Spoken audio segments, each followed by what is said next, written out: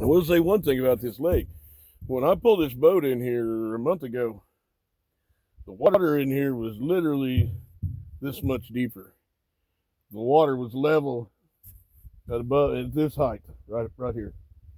It's since dropped, freaking obviously a good bit, but now there's trees sticking up everywhere, and it's crazy, man. It's a completely different lake.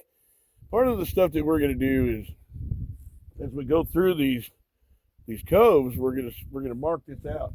This is a great opportunity to see this stuff when the water's way down.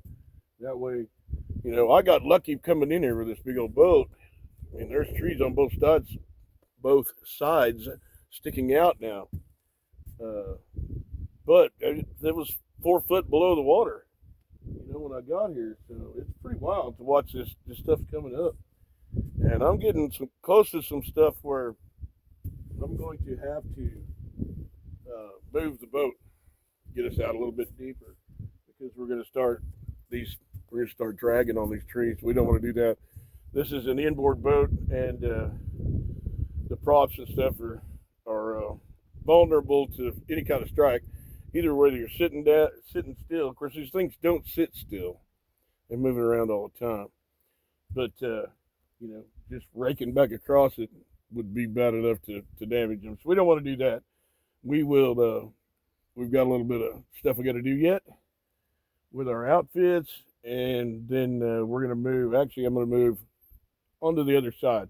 One of the first things I want to get lined up is a map of the lake, because it's hard for me to tell you. You don't have any idea what I'm talking about unless I can show you on the lake where I'm at. So I'm gonna get a couple of those, and we'll show you where we started.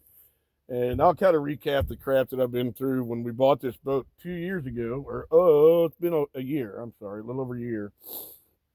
When we bought this boat, it had been sitting for a long time, and any big boat or anything sits for a long time, and you just gotta have to go through all the systems, and nothing's wore out on the boat. It's just 40 years old. Got 1,500 hours on the engines, which is like having a car that has 60,000 miles on it. So this boat doesn't have any hours on it, considering. But the people that own these things, they don't. I mean, they live in a big freaking house, and they just hang out on these things on the weekend in the summertime. The boat doesn't mean jack shit to them, and it ain't like they treat them bad. They just don't give a shit. They get on here and they putter the fuck around, and then they go home. So these things are never treated well, because typically they only spend 40 hours a week or 40 hours a year, whatever. Not much, But anyways, we're gonna cruise this whole lake on this boat.